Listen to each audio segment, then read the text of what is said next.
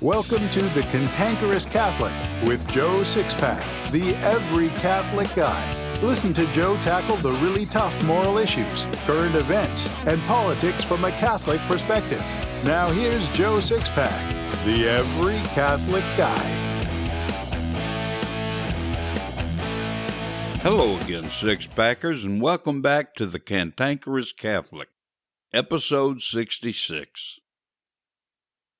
When I have the time available, I view and answer questions on Quora.com. It's obvious that most of the questioners are snowflake, America-hating liberals. They must be young, too, because every single question shows a complete ignorance of the Constitution and basic civics.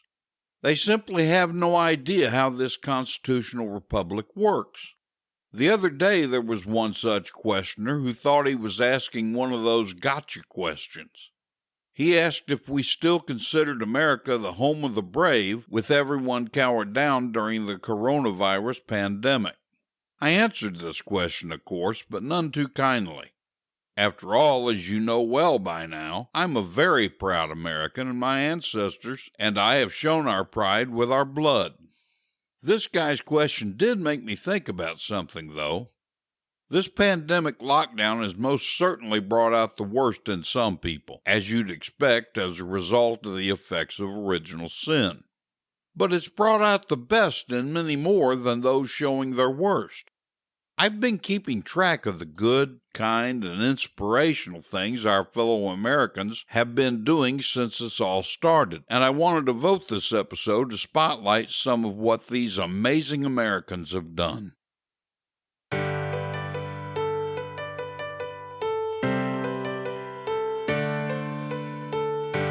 Do you have an apostolate you'd like other Catholics to learn about? Maybe you have an e-commerce business and you want to build sales while supporting a Holy Orthodox apostolate. Whatever you want to advertise, the Cantankerous Catholic is your portal to success. The Cantankerous Catholic isn't even a year into broadcasting its weekly shows, and we're already listened to in 16 countries, all 50 states, and 101 major cities throughout the U.S. and Canada. Our listener demographics are the most sought after for advertisers. The Cantankerous Catholic avatar is 53% men and 47% women ages 18 to 34. The show's average growth rate through 2019 was 24% per week, and our listeners are Orthodox Catholics who reject heterodox Catholic positions and political correctness. Relative to other broadcasts and online advertising, our rates are extremely cost-effective and inexpensive. You can advertise in each show's show notes, in the recorded episode itself, our weekly newsletter that announces each new episode, all of these media together, or in any combination.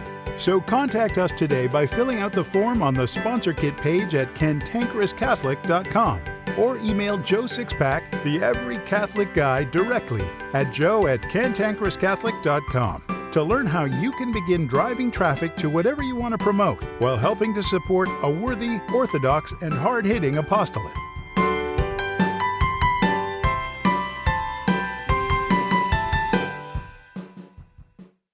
I'd heard and read some of what I'd call minor incidents of kindness, but nothing I'd consider heroic kindness until I read about this young lady, who I think was about 20, becoming a guardian angel for an elderly couple. The news media had done such a fine job of scaring the American people that this elderly couple were standing outside a grocery store crying because they were afraid to go inside because they thought they'd catch the coronavirus just being inside with a bunch of strangers. Still, they were driven by their need for food. In their minds, it was a damned if you do and damned if you don't situation. Die from the disease if they went in, starve if they didn't go in. The young lady saw them crying and asked what the problem was. When the elderly couple told her, she offered her help. These perfect strangers became benefactor and beneficiary.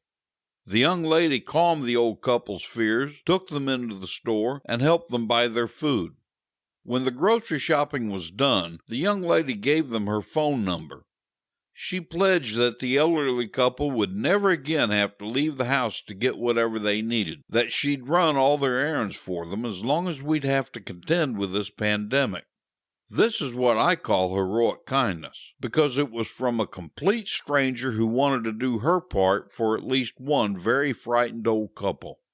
It was after I read this story that I began to collect and keep track of such stories for the episode I knew I'd run in the near future. Stories like this don't surprise me. No, not at all.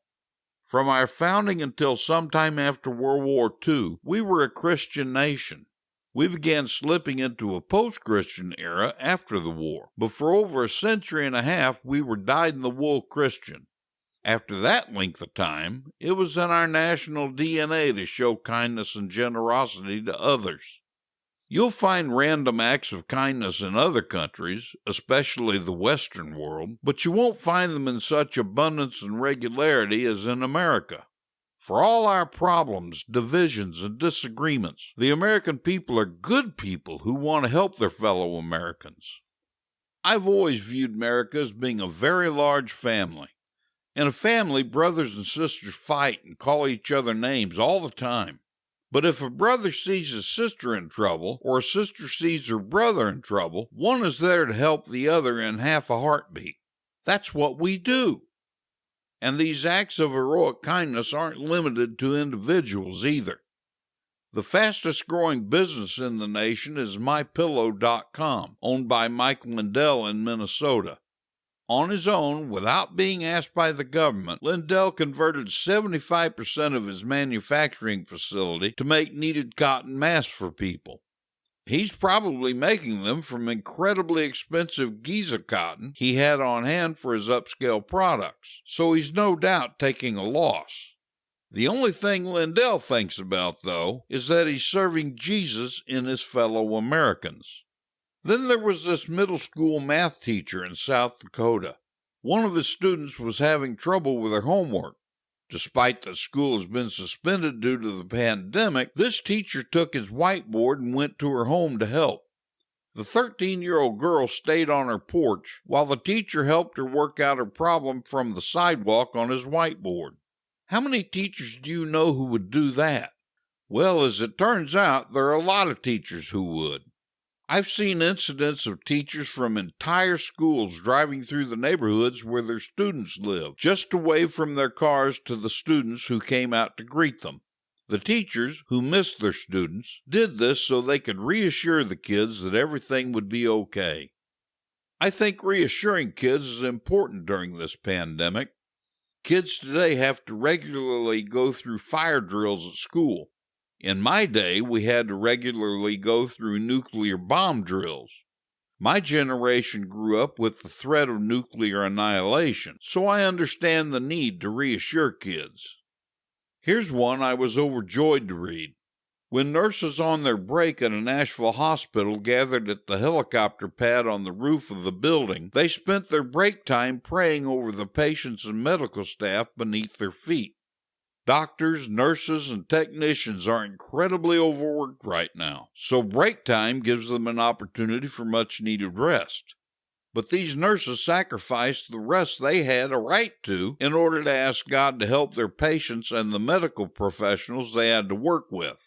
I find that extraordinary. Speaking of nurses, here's a story about an American who sacrificed something he wanted for nurses. This man is a craftsman who was saving up money to buy a very upscale knife sharpener when this pandemic broke. The Michigan man decided his knife sharpener wasn't nearly as important as helping out.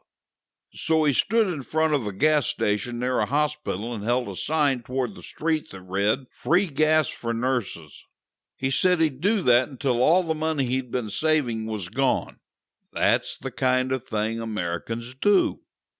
Food service workers have been hit incredibly hard. The servers get paid $1 or $2 an hour, then have to rely on tips to earn a livable wage.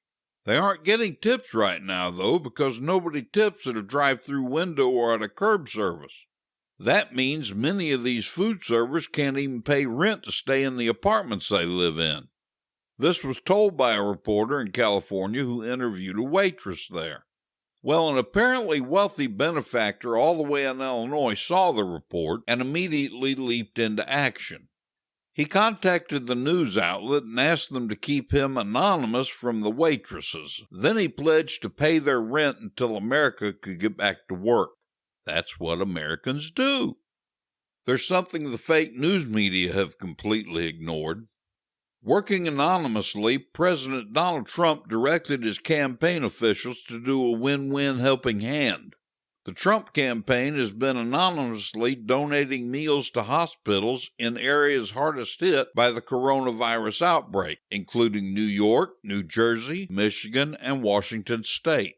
The restaurants are busy making meals and keeping their employees working, and the medical staff at the area hospitals are having meals delivered to them. That's what Americans do, and the president has demonstrated over and over again through this pandemic how deeply he loves Americans. And let's not forget those evil capitalistic businesses and billionaires. Walmart, Walgreens, CVS, and other businesses have come forward to work with the president to help the American people, losing money all the while. When President Trump asked Ford Motor Company if they'd help out by making respirators, even though they knew it meant losing money, Ford jumped all over it, because that's what Americans do. If I ever buy another car, you can bet it'll be a Ford. And then there's the billionaire owner of the New England Patriots. He took the Patriots jet to China, bought 1.7 million N95 masks, and brought them back to America to give them to medical care workers. These are the things that evil capitalist billionaires do because they're Americans. And let's not forget faithful Catholic priests doing what only they can do. After all, we need more exposure to God now, not less. A priest in Maryland moved the monstrance to the glass doors at the front of the church so the people could adore Jesus from their cars. Priests in Michigan celebrate Mass outside so the lay faithful can participate from their cars. A number of priests across the country have set up drive-through confessions. The first one was established by a priest in Maryland. Bishop Joseph Strickland of Tyler, Texas, who had called on every Catholic priest in his diocese to lead a simple Eucharistic procession around the local parish church before the Feast of St. Joseph on March 19 as a way to fight the coronavirus, has himself gone into the public streets at busy street corners with a monstrance in hand to allow Jesus to bless passing motorists. That's what a real bishop looks like. Another priest in the Diocese of Camden flew over the entire diocese with a monstrance to allow Jesus to bless the diocese and to beg God for mercy and deliverance. There have been countless acts of heroic kindness during this pandemic. Sadly, though, there have also been evil, demonically driven Americans who've actually fought against us. First up is that loony leftist gun-grabbing David Hogg. President Trump said, "It is my great honor to declare Sunday, March 15th, as a national day of prayer." How did Hogg respond? He tweeted, "Don't let this administration address COVID-19 like our national gun violence epidemic. F a national day of prayer. We need immediate comprehensive action." As if prayer is an immediate comprehensive action. But Hogg's childish, petulant, hateful tweet caught the eye of Democratic Michigan Representative Rashida Tlaib, who retweeted it. That a member of Congress would publicly retweet something like that is grounds for removal from office. Not to worry, though, she's probably going to lose her seat in November anyway. The New York Slimes outright blames Christians for the pandemic. The most attacked and discriminated against minority in America by the assorted malcontents and miscreants on the left is Christianity. So much for the left's compassion and acceptance. The idiot I call the bartender, Alexandria Ocasio-Cortez, has really blown her America-hating gasket. For starters, she's saying Americans are racist because they're avoiding Chinese restaurants. Hey, you dipstick bartender, people are avoiding nearly all restaurants. We're locked down in case you hadn't noticed. Then the little America-hating pointy-headed thing said, "If you don't infect yourself with the coronavirus, you're a racist." Really? Don't we ordinarily segregate dangerous lunatics from society for everyone's protection? Somebody needs to segregate her. Other demonic Democrats, such as Nancy Pelosi, Adam Schiff, and other miscreants and malcontents, have been working overtime to use this pandemic to force taxpayers to fund abortion, criticize the way the president has led us through this crisis, and set him up for another impeachment attempt. The demonic Democrats are showing how truly anti-American and evil their intentions are. Real Americans, though, have shown us why we know we live in the greatest country on planet Earth. They've gone above and beyond the call of duty as American citizens, and I, for one, am very, very proud of them. You should be, too. What do Billy D. Williams, the celebrated American artist Norman Rockwell, and famed comedian Jimmy Durante have to do with one man's journey from conservative Judaism to the cross? Everything. Marty Barrick has lived one of the most fascinating conversion journeys ever told. In Calvary Road, Marty's biography, you can read about Marty's military service with Billy D. Williams, how Norman Rockwell helped him pass a college course, how, in his deep abiding love for his late wife, Marty helped Irene travel the road of sanctity, how the times are quickly reaching critical mass for fulfilling prophecy concerning the Jews, and much, much more. Get your copy of Calvary Road by Marty Barrick today, in print or ebook on Amazon, Apple Books, Barnes & Noble, and Kobo. Joe Sixpack, the every Catholic guy, wants to make sure you're informed about all the Catholic news you need to know. Here's Joe Sixpack's top 5 Catholic news picks for this episode. Catholic news pick number 5. Hats off to LifeSite News. Exorcist and theologian Father Chad Ripperger says priests are under an obligation to give the sacraments to Catholics in imminent danger of death, regardless of what their bishop says. You can read the whole story by clicking the link in my show notes. Catholic news pick number 4. Hats off to LifeSite News. This is an opinion piece, but Kevin Wells offers some real-life examples of how the forces of hell are taking advantage of our bishop's misguided insistence that masses be suspended during the pandemic. This is a must-read piece. You can read the whole story by clicking the link in my show notes. Catholic news pick number 3. Hats off to National Catholic Register.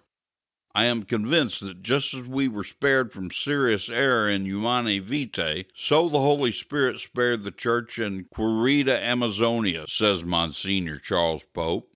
You can read the whole story by clicking the link in my show notes. Catholic news pick number 2. Hats off to LifeSite News. Real Catholicism and traditional liturgy are the best tools to bring Europe back to Christianity, a priest said at a conference in Ireland. You can read the whole story by clicking the link in my show notes. Catholic news pick number 1. Hats off to Catholic News Agency. Virgil Deschamps was Supreme Knight from 1977 to 2000. He died in his sleep February 15. God has called home a good man and one of the Knight's great leaders, Supreme Knight Carl Anderson said. Hear, hear. I couldn't agree more. You can read the whole story by clicking the link in my show notes. Warning to snowflakes. If he thinks it, he says it. It's time now for Joe Sixpack's Common Sense Catholic Commentary. Last week I talked about how the bishops have betrayed us by stopping public masses and the sacraments. In my opinion, their actions imply they no longer have faith in God or His power. I received several comments from listeners, but there was one in particular that struck me as something that may be a typical line of thought among Catholics. The listener wrote, I understand perfectly what God said in the fourth commandment, but I also understand that bishops in every diocesan priest will be arrested and jailed for celebrating the Holy Sacrament where civil authorities forbid it. It's already happened in Florida, though not to a Catholic priest. I despise the fact that we cannot attend Mass and receive the Holy Eucharist, but I can't imagine that God is asking us to risk death to be with Him. This is not a situation calling for martyrdom. We see that in Africa and the Middle East.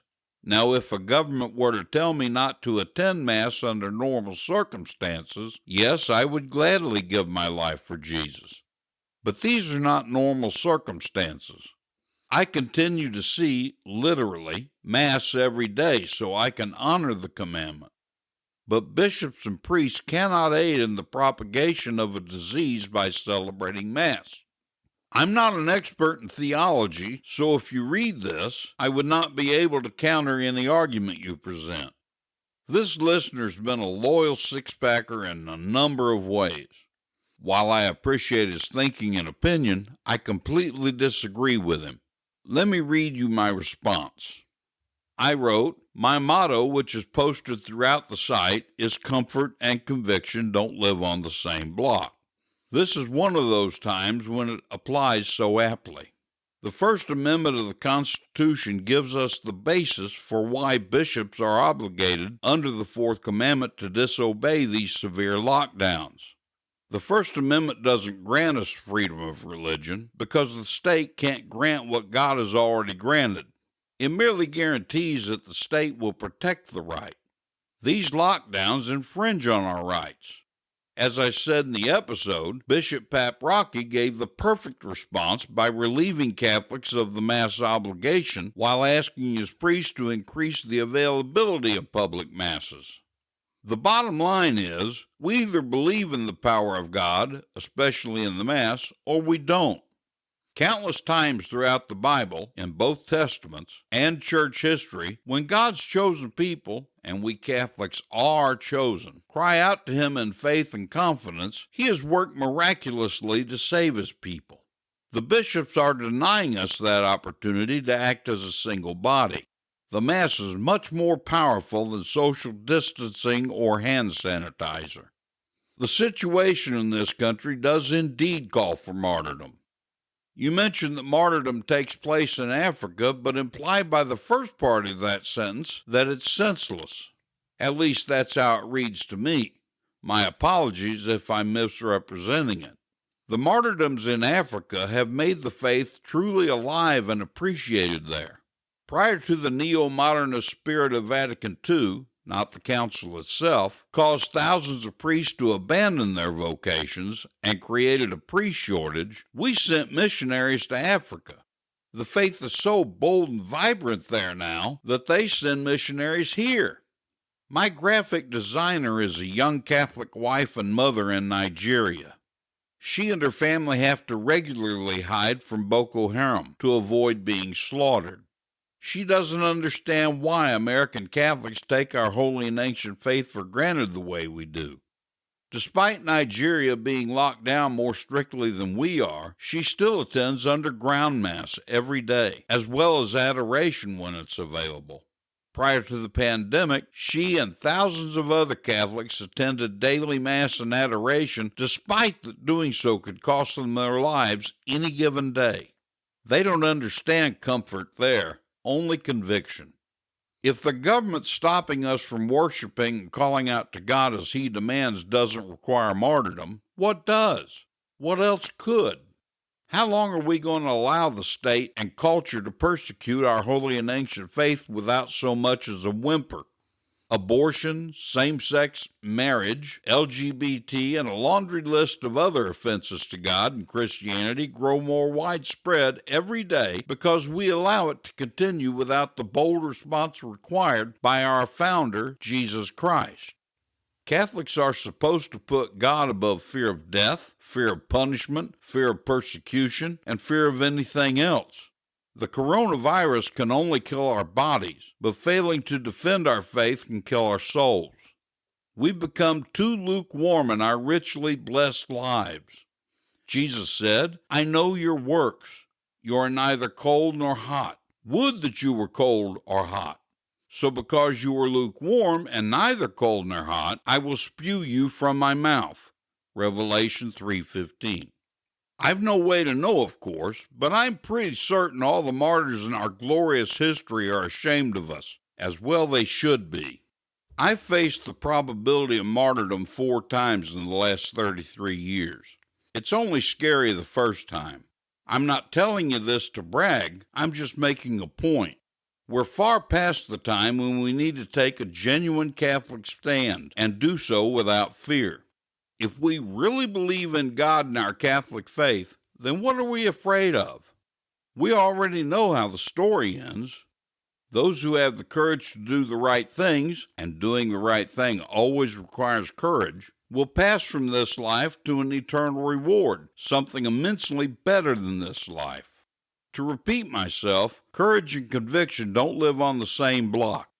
It's time to evict comfort and move courage into the neighborhood. That was my response. But then just yesterday I discovered an article on LifeSite News about something Bishop Athanasius Schneider said. Bishop Schneider has been a very outspoken prelate for the faith. He has stated that a priest, using discretion and following the necessary health precautions, has not to obey directives of the bishop or the government to suspend Mass for the faithful. He also described the COVID-19 pandemic as a chastisement and purification. Directives canceling all public masses are pure human law. However, the supreme law in the church is the salvation of souls, he said. Priests in such a situation have to be extremely creative in order to provide for the faithful, even for a small group, the celebration of the Holy Mass and the reception of the sacraments. Such was the pastoral behavior of all confessor and martyr priests in the time of persecution, he added. Being prohibited by ecclesiastical authority from visiting the sick and the dying would also be a reason for a priest to disobey, Schneider explained. Such a prohibition is an abuse of power. Christ did not give a bishop the power to forbid visiting the sick and dying. A true priest will do everything he can to visit a dying person. Schneider called out the prevailing majority of bishops for having acted precipitously out of panic in prohibiting all public masses, and what is even more incomprehensible, in closing churches. Such bishops, he said, reacted more like civil bureaucrats than shepherds. In focusing too exclusively on all the hygienic protective measures, they have lost a supernatural vision and have abandoned the primacy of the eternal goods of souls. On March 21st, Raymond Leo Cardinal Burke had equally criticized the suspension of public masses. He wrote, "Even as we have found a way to provide food and medicine and other necessities of life during a time of contagion without irresponsibly risking the spread of the contagion, so, in a similar way, we can find a way to provide for the necessities of our spiritual life." I can get it that people are afraid, and with just cause. However, we have to decide whether we're Catholics or merely citizens of our nation. Do we believe in God and His power, or don't we? Do we believe in the holy sacrifice of the Mass, or don't we? We have to decide which house we want to live in and on which block, Comfort House or Conviction House. I've been sharing the faith with people for over 30 years. The Holy Spirit has used me to make hundreds of converts, and 84 of them are my adult godchildren. When the Holy Spirit works through us in a big way, He usually uses the talents given to us before we were even born. When we develop those talents for Him, we're often impelled to pass on to others what we've done and how we've done it for the greater glory of God. That's why I wrote the Lay Evangelist Handbook. You might say the Lay Evangelist Handbook was 30 years in the making, because in this book I share with you all the best that I've learned about how to share the faith with lapsed and non-Catholics, so you can bring your friends and family to the fullness of divinely revealed truth. The very first chapter gives you a thorough explanation of the things you need to do to maximize your effectiveness so you won't end up with egg on your face when trying to engage people. I explain the differences between the various types of lay evangelists and others you can learn from. I even talk about some statistics that should help give you a real sense of urgency for sharing the faith. Then I get to the step-by-step process for sharing the faith. I give a full presentation of the exact text I've used and refined for 30 years. I tell you what to do, what to say, and how to do and say it, while leaving room for you to work in your own personality and make these techniques your own. There's no other book like this on the market. So get your print or ebook copy of the Lay Evangelist Handbook today. It's available in print on CantankerousCatholic.com or in print and ebook on Amazon and Barnes & Noble.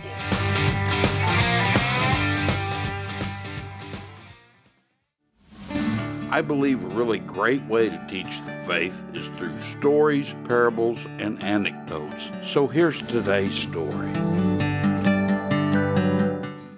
Saint Dominic was a young nobleman from Spain in the 13th century. Early in his youth, he made a vow of chastity, which he was able to say on his deathbed he'd never violated. He burned with a zeal for the salvation of souls, as we all should. When Dominic went through France with his bishop, he saw firsthand the moral laxity and decay of Catholics in that country. This is what made him determined to found the order of preachers. The Albigensians were the Antifa of his day. They pillaged churches and murdered priests, while they rejected all morality and despised authority. St. Dominic dedicated himself to saving their souls. He went about preaching, and 3 times a night during prayer he'd scourge himself as a penance for their souls, but he made little headway. He appealed to the Blessed Virgin Mary. The heavens opened, and she appeared in a dazzling brightness holding a rosary. She said to Dominic, "Be of good courage, Dominic. The fruit of your labor shall be abundant. The remedy for the evils you lament will be the meditation on the life, death, and glory of my Son, uniting thereto the recitation of the angelic salutation by which the mystery of the redemption was announced to the world." Having explained the devotion of the rosary, she continued, "This devotion you are to spread by your preaching is a practice most dear to my Son and me. It is a most powerful means of putting away heresy, extinguishing vice, propagating virtue, imploring the divine mercy, and obtaining my protection. I desire that you always promote this manner of prayer. The faithful will obtain by it innumerable graces, and will always find me ready to aid them in their wants. This is the precious gift which I leave to you and your children." Full of gratitude for Our Lady, Dominic went to the city of Toulouse. The people, by a mysterious call, had already assembled at the church. Dominic went to the pulpit and preached about the devotion revealed from heaven. For a while the people paid little attention to him, but a violent storm suddenly arose. Lightning lit up the church, and deafening explosions of thunder rocked the building. A statue of the Blessed Virgin Mary began to move, pointing to heaven and then to Dominic, as if heaven was imploring them to listen to him. The hearts of the people were touched. The victory was gained. The people begged to be taught this wonderful new devotion. Historians tell us that the result was more than 100,000 Albigensians returned to the church. Since the rosary is a devotion so dear to Jesus and Mary, and so fruitful to help you, make frequent use of the rosary. Never allow a day to go by that you don't pray it fervently. It'll bind you closer to the Mother of God, and that's a sure way of reaching God and saving your soul. Help your fellow Catholics, six-packers. They need to be listening to the Cantankerous Catholic, and you can help them find it better if you leave a review at Apple Podcasts, Stitcher, Spotify, or Google Podcasts. Leaving a review will make it easier for other Catholics to find the Cantankerous Catholic, because reviews cause the podcasting platforms to show it more often. And I thank you in advance for leaving a review. This has been the Cantankerous Catholic with Joe Sixpack, the Every Catholic Guy. Thanks for subscribing, and be sure to visit CantankerousCatholic.com to get your free copy of Joe's popular book, The Best of What We Believe, Why We Believe It.